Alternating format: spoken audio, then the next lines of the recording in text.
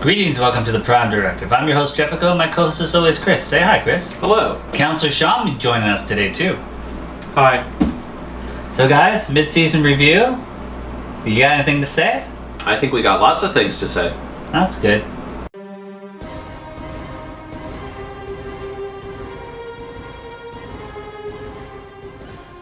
I think we need to address the most important thing in the room.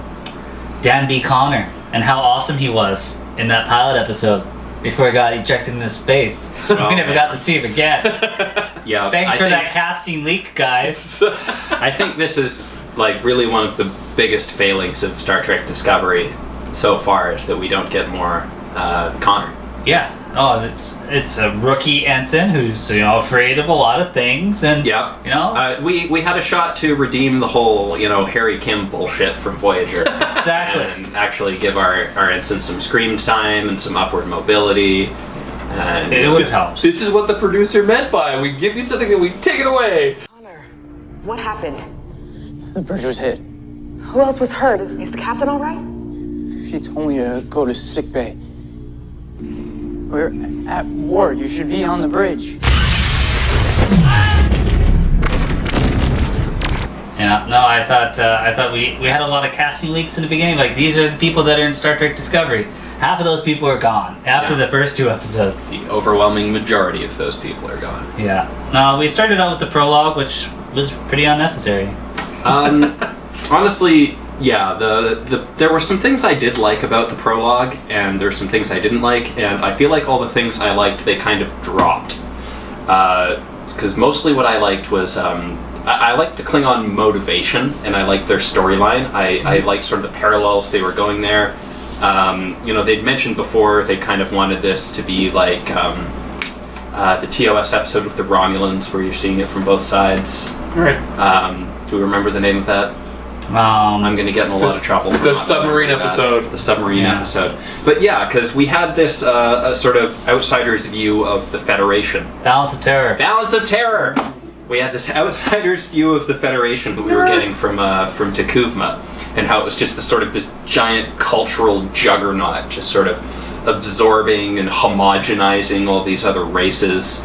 And the Klingons were being very nationalistic, and they were like, we can't have this. This has to stop. We need to remain Klingon, and the Federation's evil. And if this was at some other period in time, we would have gotten some references to like the Borg and how we assimilate, or the Federation assimilates just as much as they do, which I think we actually did get a bit in DS9. A human drink. It's called root beer. What do you think? It's vile. I know. It's so bubbly and cloying and happy. Just like the Federation. But you know what's really frightening? If you drink enough of it, you begin to like it. It's insidious.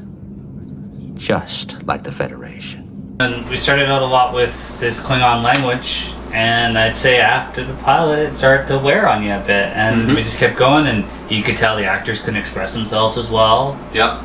And when they started speaking a little bit of English in that last one, I was like, well, this would have been really nice. Yeah, we actually had some... No? Disagree. Because they had, like, Worf, we're all used to him, we like him. The Klingons were allies in DS9 and everything after TNG or during TNG. Like, they needed to make them eat, like, a nemesis again. And that's how they did it. They had to give them, facial features, make them look dark and scary, and they had to give them, like, a scary language, all that kind of stuff. Anyway, that's... I think they really failed with the Klingons in this so far. I mean, there's still some. They had to rebrand them. They had to Yeah. rebrand them, basically. I just don't feel they did enough with the Klingons. I feel they really dropped it. They turned them more into monsters than compelling villains, I would say. Oh, maybe. They're just kind of like creatures. Yeah, Well, we haven't finished with them, though. we don't even know where this is going to go. They have probably finished with Cole, unless they're gonna go back and unkill him.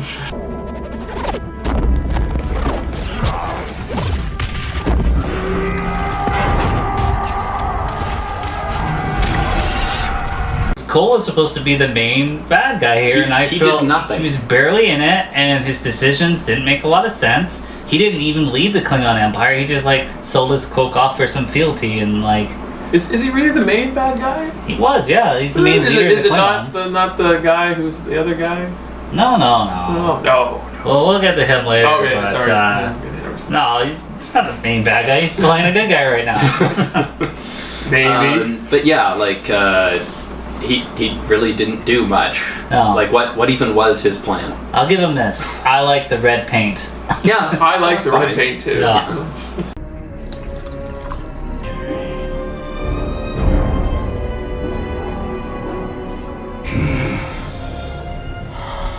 I'm glad he killed Laurel, or at least, you know, beat her up or something. Stunned I don't her. know. Because she was like, her lies were so obvious, even to him. And it's just like, this is stupid. Why are you letting her keep leaving and going? They're going to be doing this thing where it's like, getting captured was Laurel's plan all along, because that's the big thing in like Hollywood and movies right now. Oh, it totally was the plan. 'Cause, Yeah. you know, Yeah. that's where Vodka is, so. Yes. But, you know, or just the producers are saying they're going to turn that on us because we've maybe. come up with a theory. Gretchen Berg said every couple episodes, right around the time the audience feels like, oh, we know what you're doing, they switch it up. They said it's become a natural rhythm for the show. It makes it fun for them and the writers because it's a way for them to keep it lively. But I think they're just dropping a lot of things. I think Berg's confusing desperate hope and rabbit fun speculation with like a plan. Getting back to the pilot, another thing there was we mentioned this before, but I want to hit it again, and I really wish they'd found a way to give us more backstory on Burnham, and to set her up as being a more competent and Starfleet officer, someone who's actually deserving of that first officer position, and someone who actually does look like an officer that's about to make captain. Because again, I said this before, but they're just telling us that she is. They're just telling us, oh, for 7 years you've been amazing, and perfect record, and Georgiou is one of the most decorated captains in the fleet, and she really respects you. But what they're showing us is not that. So you wanted to take like most of the first season before the Klingon War starts to show that she really does make good I would've been decisions. cool. You know what, that could have been like that's a completely different show now, but if they did like the first season on the Shenzhou, Right. that actually could have had some Yeah, real that makes impact. sense. That makes sense. Well, even chapter 1, like how they're setting the it up, like mid-season break 9 here. episodes there. Yeah, no, that makes sense. And then like when these people are dying, you care. Yeah. Because actually these are likable characters. Yeah, yeah. That Unlike a would've lot been- of the ones on Discovery where it's just like, yeah, some of you deserve to die, some of you we didn't spend any time with, so I don't care. But wasn't Voyager the same way? Not to quote the infamous, No, I was happy wonderful when- series of I was Voyager. happy when but anybody they died on killed a whole bunch of people off in that first episode. But that was more about But they did the same thing like, here. Is all I'm saying. setting up the Maquis Federation thing. Hi, Rumi. Oh my god, you look awful. Thank you, Tilly. That's it. We're gonna have lunch right now. I mean it. I mean that you're gonna tell me what's going on with you. There's nothing to tell. Okay. That's okay. I get it. What are your thoughts on Tilly? Yeah, what are your thoughts on Tilly? Her progression throughout the season so far. Yeah. We love Tilly. You love Tilly. This is a pro Tilly area. It's just I like your Tilly. side. I like Tilly too. Maybe not as much as this guy, but I actually think that they might have changed her character a bit. I feel like when we were introduced to her, like, yes, she was very awkward, but I sort of felt like, and I think a lot of other fans felt like they were going for like she actually had some sort of mental issue, like she was autistic or had Asperger's or something like that. Asperger's. It's like a burger. Yeah.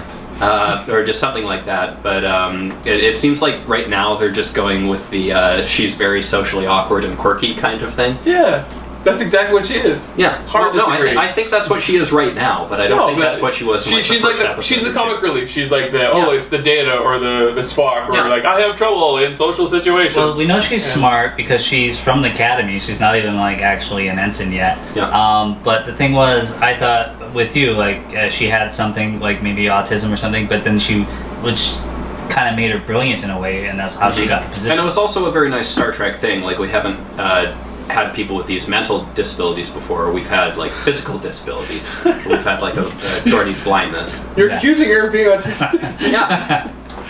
I really think that's what they were going for. Okay. Socially awkward. I'm going with socially awkward. Okay, no, like that's where she's at now. For comedic purposes. But yeah, To the extreme. But you can't even say she's the lead socially awkward person though with Burnham. No, True, you can't. true. No, she is way better. She is guiding Burnham on a journey to be less socially awkward. Yeah, no, you get a little booze. The blind leading the blind. No, you get a little booze in her, and Tilly is just like show me complete social. Show me a rock star. I'm going that way. Then that gives you the time and space to actually process what you're going through emotionally. I don't like it. Really? I love feeling feelings. How about Saru? How do you like his progression so far? We haven't gotten a whole lot out of him recently. I was sort of expecting we'd see more Saru, but he a lot of the time he's just kind of there. Yeah, he's your typical science officer quoting regulations and Yeah. I was looking forward to finishing that novel that you finished, Desperate Hours. Yeah. Just to get a little more Saru out of there, but it's. But He went crazy. Yeah, he crazy did. episode 8 there. There's a lot of room to do really cool things with Saru, I think. Like, he's this prey species, and how does that, affect him and his decision making? And he's had some good moments, like when he figured out those Klingon ships were actually chasing the one with Lorca on it. That was cool. That was a cool. Something for his character. And I think we've mentioned this before, but he acts like an alien, like us others have worn makeup and prosthetics, and they just kind of are human doing that. Like, he walks and kind of there's a whole thing he's got going on. That Doug Jones has the experience. Yeah, if someone's gonna nail that, it's gonna be Doug Jones. Yeah. You have taken it from me. You won't stop taking. Let's talk about Ash Tyler. Oh boy. Yeah, I mean, I loved his work in the pilot, but I like him even more. Such a strong character. Yeah, such a strong character, but I like him even more as Ash Tyler. Yeah.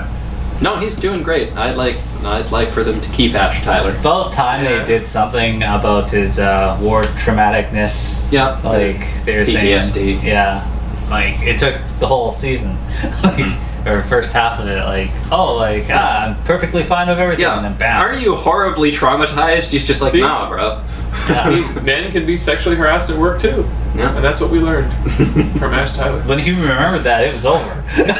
He froze. But I really hope they pull a fast one with him. Like, please.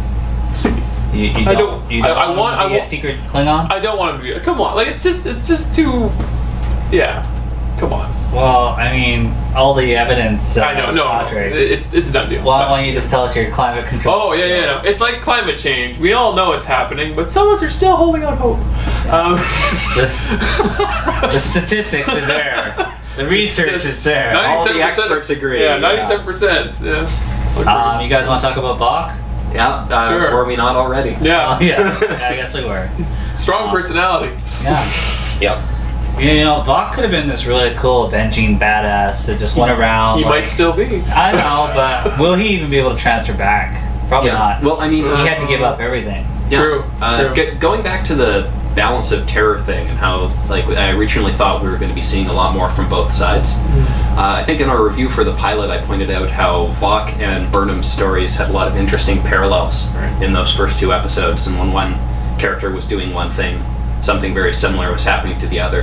And I was really interested to see how those 2 arcs would kind of, progress and keep going, maybe intertwine, and, we'll see how these 2 people end up moving around in their respective societies. Boy, were you wrong. Boy, did that not happen. Yeah. I'm like, okay, this is going to be neat.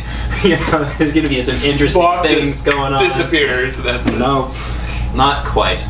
We'll have this conversation one day. Father. One thing I wish they did was make assign an admiral or an ambassador to the ship. Because that'd be a way to put Sarek on the ship full time. Because I think it'd be cool to have him on the ship, and Lorca could talk to him all the time, and of course Burnham could develop that relationship with him. But just a couple episodes, that's it. I want more Sarek. Well, the episode they did with Sarek wasn't. I didn't feel it was that strong. I didn't think it was bad, but it had a really good character building, and that added a lot to the universe, to the Star Trek universe. Well, we saw Vulcan. We still haven't seen her. Yeah, yeah, we still haven't seen her. But that added a lot of depth and flavor to Sarek's relationship with Spock. Yeah. And it didn't take anything away from it at all. It just, added to it. It added more layers. You ungrateful child. Yeah. I allow you to go to the Vulcan Science Academy. This is how you repay me? Yeah. You think we're gonna get any more Harry Mudd? I think they're done with that. Really? Yeah.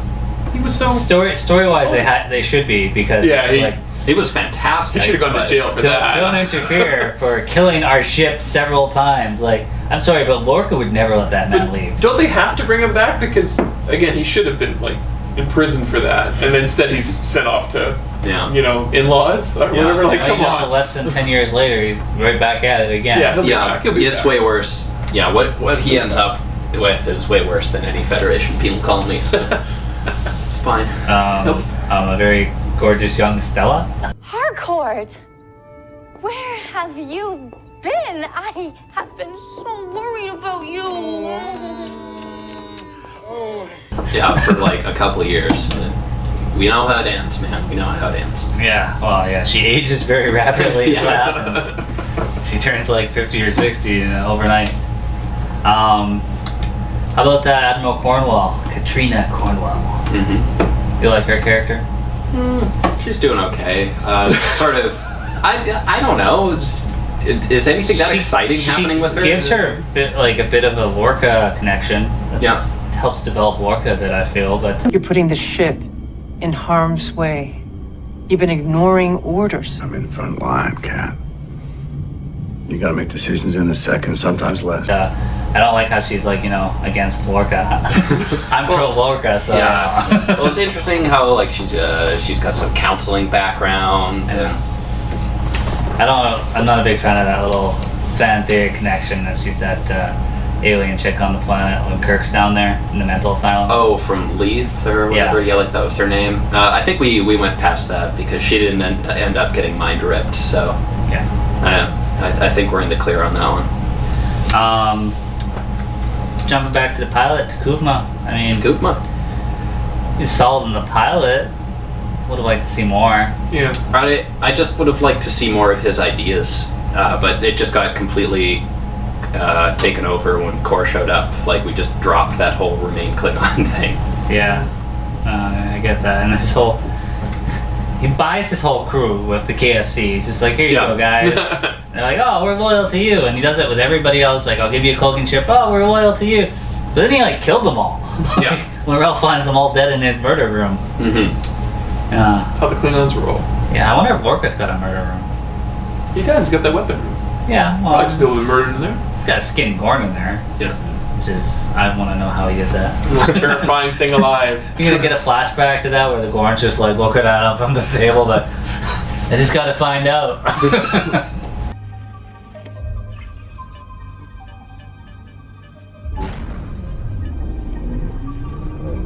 Let's go home. Anybody else enjoying Lorca as much as I am? Oh yeah. I feel like Jason Isaac is the headline here. He's killing it. I know Burnham's the lead character, but Lorca's far more interesting to me. Oh yeah. Not really. Yeah, he's got all the mystery going on. You think we're gonna get Mirror Universe Lorca? It seems like we're heading that way. Or is he Mirror Universe Lorca? Well, yeah, that's what I meant. I feel like that's what it is. I think that's kind of lame. Part of me is okay. It makes sense that Starfleet doesn't have captains that are this straight up evil. But now that we've had him for a while, part of me feels like it's kind of a cop out.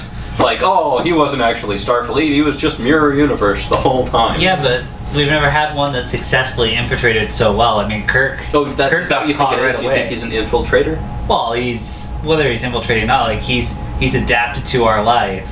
Yeah. Where evil Kirk got caught right away. Spock is one sentence out of him, I was no, arrest him. Yeah, he's wearing too much eyeshadow, eyeliner. I want to see Georgiou again. Mm-hmm. Like you said, that would have been awesome if the first 9 episodes or something was just the Walker class ship there and Georgiou. So there would have been some weight to it. We could have seen Burnham do lots of stuff where she keeps her emotions in check because she's got all this Vulcan training. So there's some sort of horrific thing that's happening, but she's just cool with it because she's got Vulcan training. And then when the Klingons show up and she loses it, that's actually meaningful. Yeah, it was kind of like the first season of Game of Thrones, where you get used to Sean Bean, you like Sean Bean, you want him to succeed, and then, spoiler alert. But that would have been great if they could have done something similar, really built where you cared. Yeah, I feel like Lorca and Georgiou, like those are our two strongest actors too, like most experienced ones at least. Who else we got? Hugh Culber. Yeah, he's a decent doctor. He should just be the chief medical. There's really been no point for that chief medical officer. Yeah, he's in that one episode. You know, I understand them wanting to continue with the whole we're not focusing on the captain this time, and maybe just focusing on some other crew members, but there just hasn't been the CMO at all. Like, we maybe saw him in the cargo bay, but we don't even know if that was the CMO. Yeah. Hugh's been the main guy, so he might as well just be the main guy. Yeah. Well, you wanted evidence of an issue with your navigator? You've gotten more than you've asked for. Lieutenant Stamets' scans show a restructuring of the tracks within the white matter of his medial temporal lobe. I mean, they gave us the casting of the other doctor on the Georgiou, and it's just like, oh, cool. Dr. Nambui. Yeah. Like, he actually got a name. We know more about the CMO on the Shenzhou than we do on Discovery. Yeah. Well, we did get a couple carryovers from the Shenzhou there. We got Kayla Dimitra. That's Emily Coote's character. I wanted to bring her metal plating on her face there. What is the goddamn point? Like, all they do is cut to her periodically when someone mentions something about, like, war or the consequences of war. Yeah. I was expecting a bit more of a conflict between her and Burnham, but I was expecting them to speak to each other. Yeah. Does she talk? No. Like more than one sentence? A couple dirty looks. But now it's Burnham's getting more accepted by the crew. I mean, that's just going to disappear too. Yeah. It's another thing they just dropped. Yeah, well, like, why did we bother saving her? Yeah. No, well, no, really. Like, what is the narrative purpose of having her there? There isn't one. She looks badass. I don't know. Yeah, I mean, it's sort of a visual. She talks in the background to people, you don't even know what she says. Yeah. We got Arium, the augmented human with artificial skin. Well, I feel like we are going to get to her, and we just haven't gotten to it yet.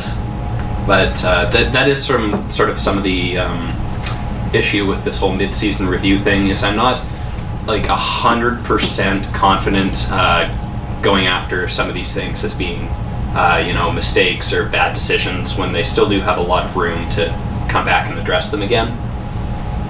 But Tilly's autistic.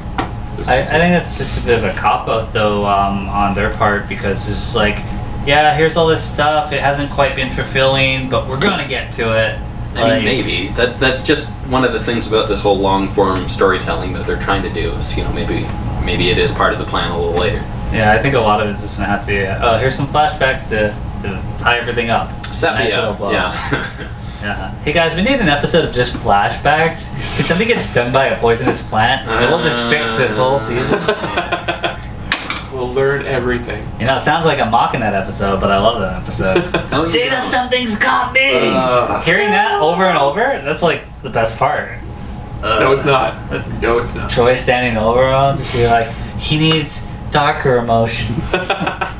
They can feel painful memories. We could do that. Yeah, no, we got lots of those. We have the technology. We got lots of those. What is going on with you? Excuse me? At first, the tardigrade DNA booster seemed like a good thing, but now you're back to your old persnickety, grumpy self. So, what's the deal? Nothing. Stamets. Yeah, he's probably one of the more we spent time with. Yeah, I'm liking him. He's doing a great job. Yeah, he looks like he's gonna go all Gary Mitchell on us. With the crazy eyes and the force powers. Yeah, this was sort of another thing to this point that we've kind of dropped, was we got that super creepy shot of him in the mirror. Yeah. And we just haven't addressed that in the slightest. No. I think that's coming though. I do.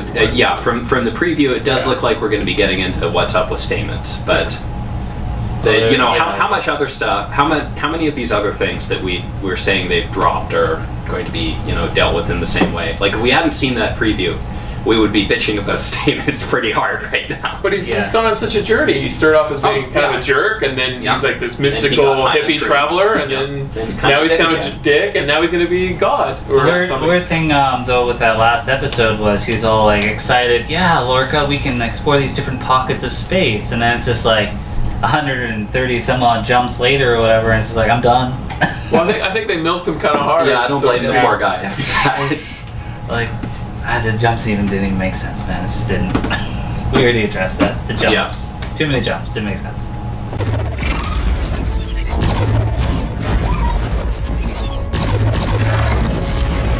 But doesn't that suggest that, like, the Discovery isn't going to come back from wherever it is? Because if they really did those jumps to figure out how they cloak their ships, they don't have that in the rest of Star Trek. They can't detect cloaked ships very well. So you think they're just gonna live in a parallel Well, I'm just universe? saying, like, or like they No, never because get I back. think they needed that data, and now they can actually detect cloaked ships reliably. Yeah, because Lorca's been saving the data. Yeah, but in Kirk's era and everything up to like. Yeah, well, I mean, they can't do it reliably. That's because they've upgraded their cloaks. Oh, you think that's going to be the explanation? Yeah, it's going to be a war of. thing. Okay. All right, well, I take your point. Talking about the cloak there, I'm pretty sure they got it off the Romulans in the original series.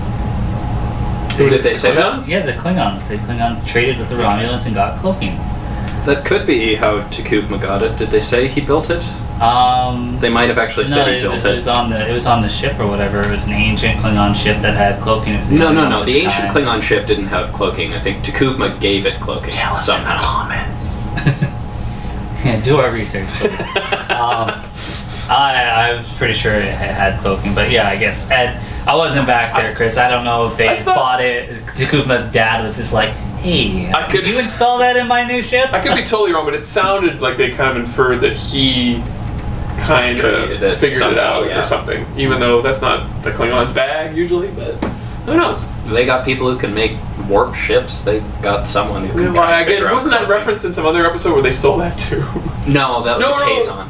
No, wasn't it like Somebody referenced the Kazon? The people, the one where they're looking for the sword of Kahless, like they invaded Kronos and they took it away, and they actually learned to make warp drive because they had their ships. Oh yeah, those invaders. Yeah. If you recall way back when we were like before the series had started and we were throwing around theories or whatever, there was that race that suppressed. Yeah. You remember the name there? That's what I just remember. Yeah. Okay. But I think that's how they got their warp technology. I think. They did have to get them off planet, and they probably got ships while they were doing it. Alright.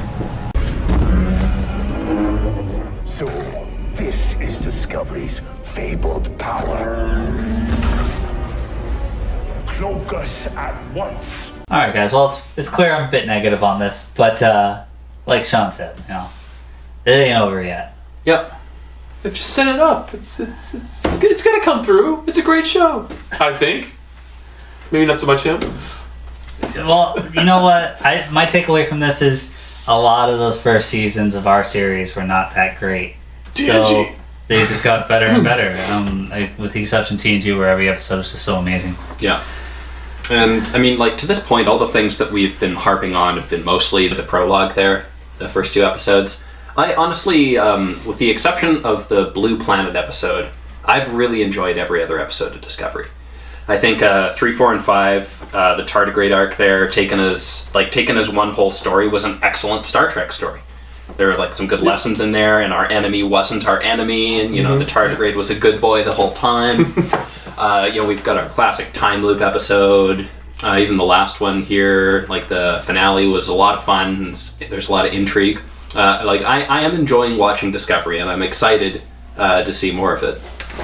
Yeah, and they're going to learn from every season too. Like, I hope next season, or even in the second half, we get longer shots of the ships. Yes, I would like that. I would like to see more starships.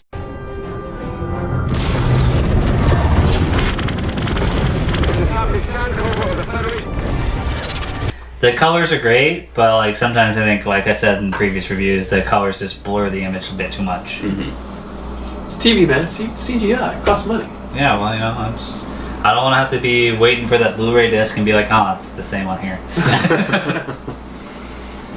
But what do you think we're going to be getting in the second half here? Well, More Vok?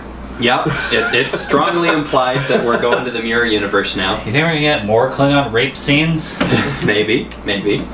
Yeah, I'm surprised. More Like, PTSD. you sound upset. Out of all the things to happen on TV this year, You saw I'm not even hearing a lot of talk about that. That was messed up. Yeah. You saw Klingon boobies. Yeah. That's what people are talking When does that about. happen? Has that happened? I don't No, know. like, I think that's just a good conversational drop. You're like, oh, you watching Discovery? I love that rape scene. That was messed. Yeah. Remember when you could watch Star Trek with your kids?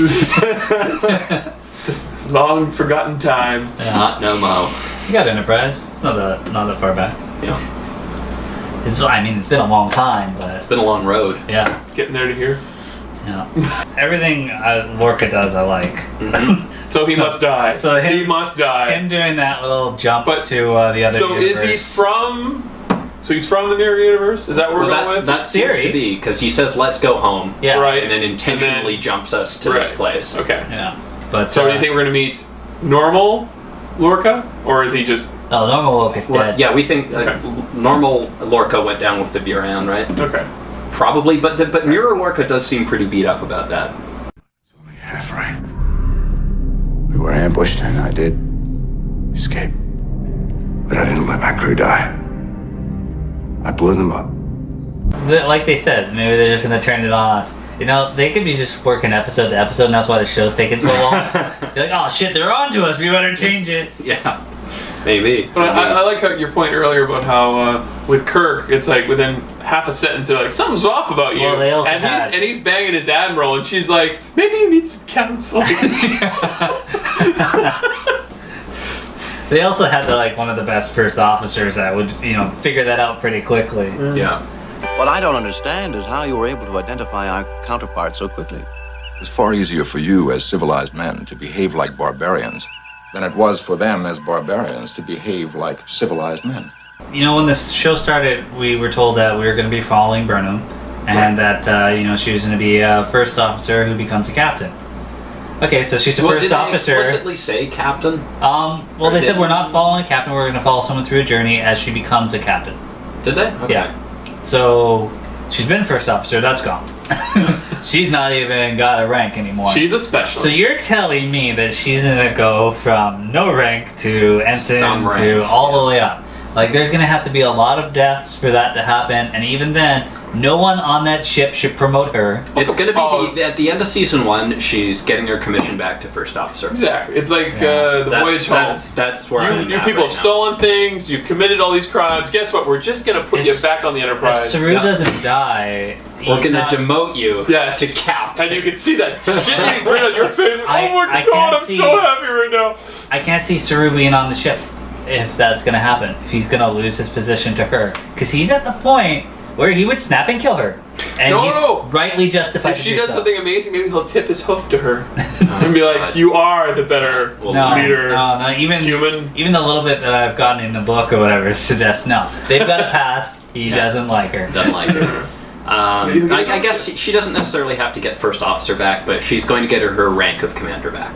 Yeah, I feel very confident that would make sense at the end of the first season. season. She's done a lot of stuff to earn it, but I could see maybe it's just me, Lorca, be like, well, Starfleet's invested power in me to do whatever I want. Power vested in me. Yeah. I need a team around me that's going to help me carry the day. And that includes you. There's a post waiting for you on the bridge. Maybe she ends the war. They'll be like, okay, we'll put you right back where you were before. Just never mind all these deaths and but carnage in the quadrant. But put you back. We're not leaving the ship. This whole show is called Discovery, so I mean, goodbye. Oh no, spore but drives, Discovery back to could warp. be the journey, not the ship. Yeah, well, the spore drive's gonna have to go at some point, and we're gonna go back to warp. And then maybe it's actually going to take some time to get places. Yep, because we actually, we know that this Klingon War arc is supposed to end after the first season. They've out and said that. Yeah, well, I think we're going to have a few Mirror Universe episodes, and then we're going to come back to the regular universe, and then there's going to be some peace treaty, and it's going to be all done. Yeah. Because I mean, the big component to people fighting, like even in the pilot episode. They're just like, we don't want to go to war. Takuva's like, no, we must remain Klingon. Like, we must stop them here. Yeah, and the line must be drawn here. Yes. No further. And You broke your yeah, relationship. once Cole's gone, Takuvma's gone, the rest of them be like, yeah, why war? Why do it? Let's go back to that Cold War thing. But no, war story arc wise, I think they could have done more. Yeah, we didn't see really any consequences of the war outside of just like we spent all our time on Discovery. We don't really know what's going on. It's the name of the show. Yeah, we don't really have a good sense of what's going on other planets and like how the war's going in general. And So I guess that's all the things we have for this one. Black comm badges. So I guess Chris, this is one more one he wants to talk about. Black comm badges, eh? Black comm badges. Third episode, the prison people are like, what's up with those black comm badges? I was like, what's up with those black comm badges? Yeah, well, you know, I can barely see the comm badges, let alone the rank on them, but Yeah.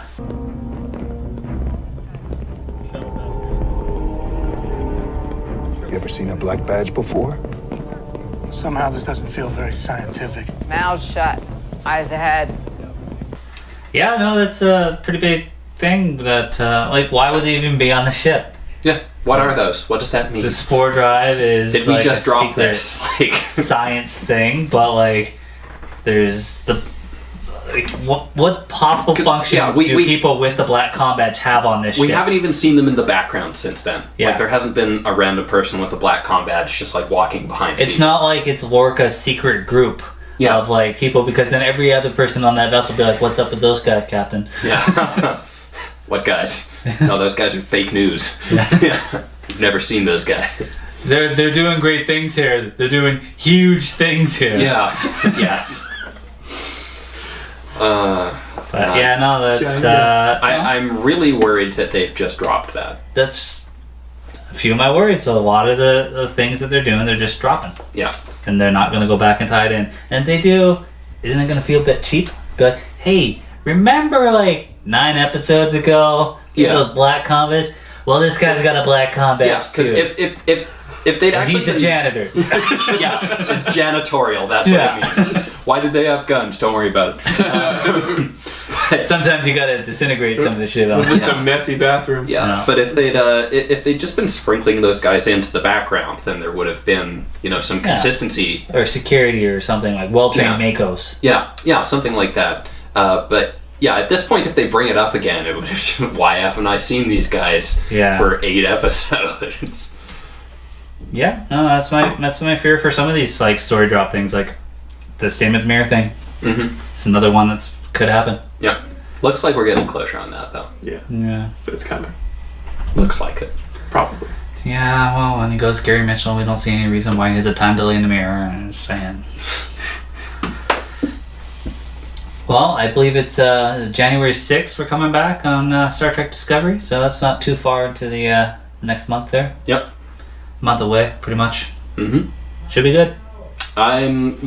We brought up a lot of negative stuff, but I am really enjoying Discovery. I'm glad it's on. I'm so happy we have new Star Trek, and I'm having a lot of fun, discussing it and talking about theories with you guys and all the other fans out there. I mean, at this point, I would take a Voyager series or anything. Thank God Star Trek is back. Yep. Are you having a stroke? Sorry. No, that's just how desperate I am for Star Trek. Is that I would take a Voyager series at this point. Yeah, exactly. Please don't give me a Voyager series. I got the Orville now, and you can skip Voyager. Yeah. Well, that's our review for the Halfway Point. Chris? Yeah, we'll see you guys in the new year when we start getting our new episodes out. Until then.